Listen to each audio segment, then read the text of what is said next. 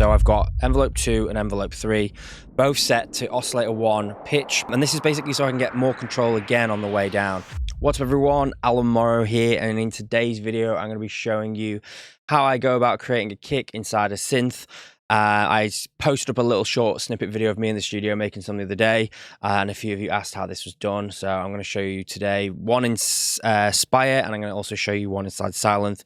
You can do this in many synths, you'll just get different sort of outcomes and different sort of sounds, I guess, depending on the approach you want to take. So let's jump straight into the video, and I'll show you how these are made. Okay, so before we start on this video, do want to mention that I think the likes of like Kick 2 or a plugin like that, you're going to get much better sounding kicks because you just have a lot more kind of control over the transients.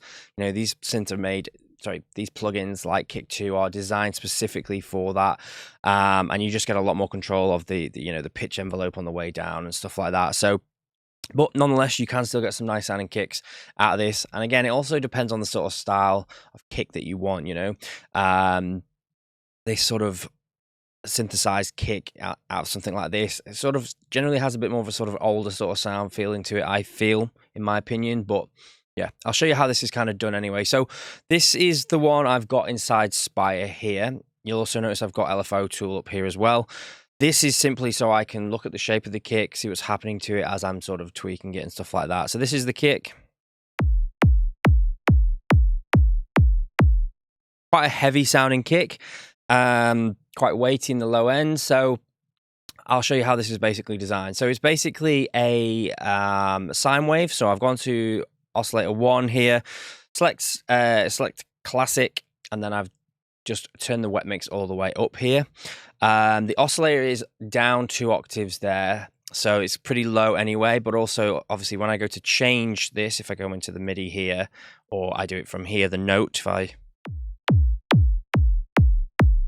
you can change it there, but what you want to be doing is finding a nice low sine tone when you are doing it like this. So let me show you what's happening to it to give it that sort of click and stuff as well. So first off, we've got the envelope, the amplitude envelope here in envelope 1, which is basically just shaping the kick here. So what I can do if I wanted to here is I can change the decay shape on it, but this is why I've got this open here so you can see this. So let's have a little look.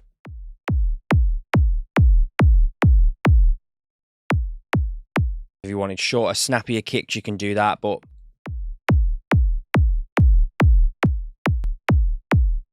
for this one, I was quite happy with this. Then we have a little bit of release there because if this isn't all the way down, kick can sometimes just stop right there and you get a little click. So I've just brought a little bit of release up there.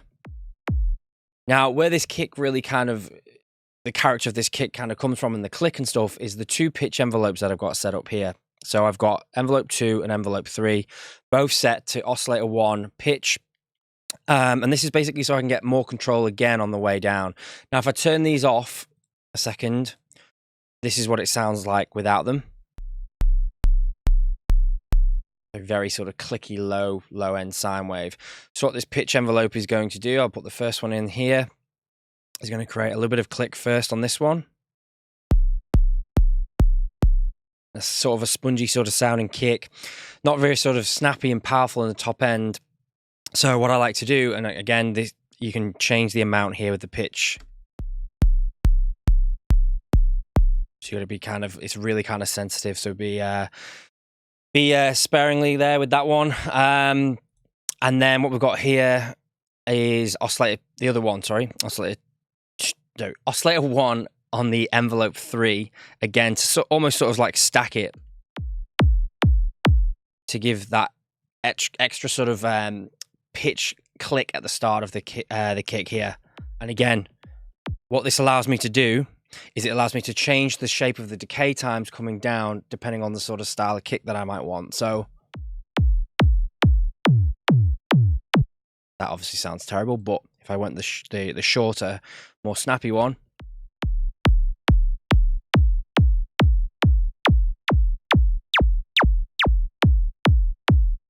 so you can see there, just a bit of a combination of playing around with the decay times and the decay shape and the amount of pitch, you get different sort of styles of kicks.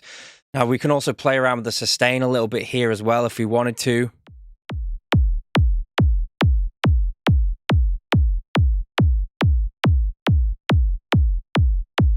to get different types of style kicks. What else have I done in here? I've also added in a little bit of saturation here, just on the soft mode, and I've drove it a little bit just to sort of give it a little bit of extra sort of character to this kick. I'll show you with this off.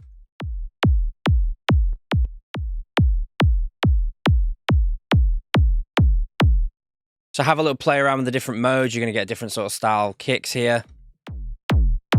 Hard style kicks and all that sort of stuff, but I'm just going to stick with the soft one for the moment.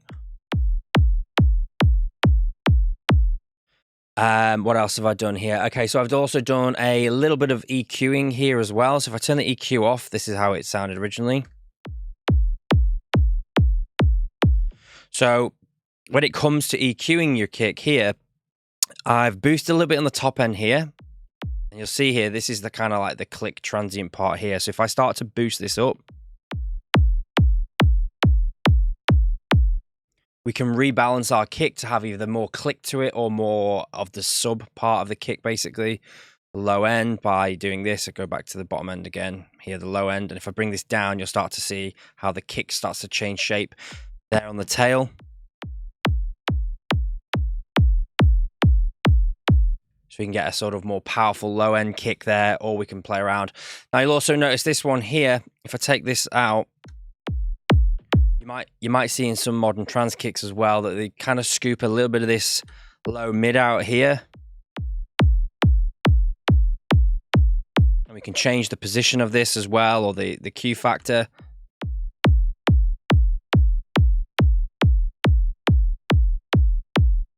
We can also change the frequency as well, obviously.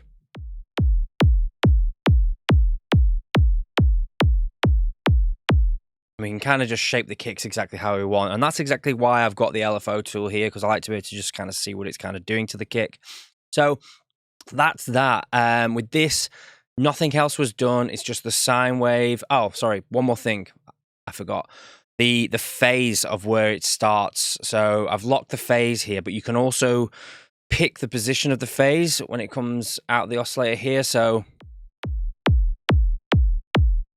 we can kind of create a little bit more kind of click there depending on where the phase starts. So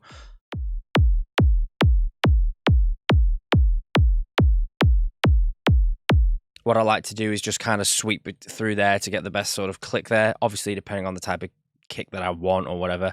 But yeah, that's pretty much it inside Spire. I don't think there was anything else. I think that was it. No, again, you could probably add in like a little white noise click if you wanted to, but I would probably put that on a separate channel so that I have more control over the actual white noise click, so I can shape it separately to this. But again, that's just the way I would do it. So that's inside Spire. Let's move over to the Sylenth one and have a little look how that looks. Okay, so this is the Sylenth one. Just to kind of show you that, you know, you can do it in different synths. And the way that I've kind of set this one up here is, you can see here it's at octave 0. I've not pitched it right down. Now what I've done here instead, and this is a different way to kind of do it, is I've got the pitch envelope to go down on the attack. So what I can do here, if I open up this, I can change the way that the pitch kind of goes down using this here. So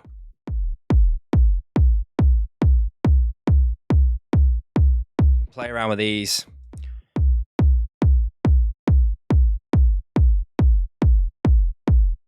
So you can get different sort of style kicks.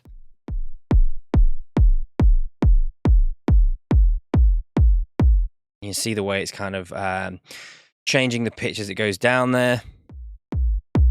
Again, this is very kind of somewhat restricting compared to something like the likes of Kick 2. Now, I create a lot of my kicks in Kick 2. If you'd like to check that out, you can do that obviously on the website. But that's a lot more sort of control over the clicks and stuff like that. So I like to change the, like, it's not just a very straight, like, you know, envelope going down as well. You can like really shape it and go up and down with it a little bit if you need to and stuff like that. Whatever you want to do to get that perfect sounding kick that you like. So this is that one there. So I've gone down with the pitch envelope there on the attack. And then I've used another pitch envelope here to do the click part as well. So Let's just turn this one off. Again, you can do 2 here like I've done on the other one, but very, very sensitive, as you can kind of hear there. But yeah, just a little bit of decay time there. Again, I can change the phase. It's sounding terrible now, but let's go back to what it was.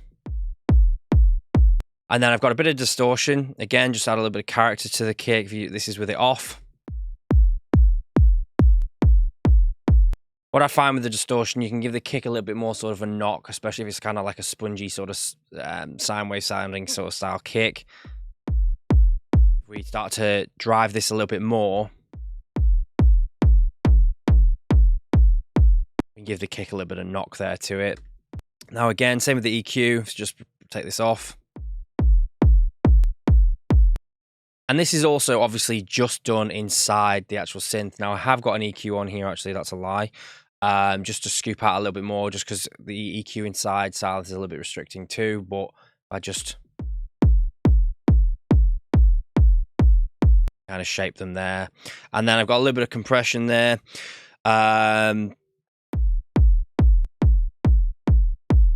Change the attack times as well, so it kind of compresses after the click a little bit.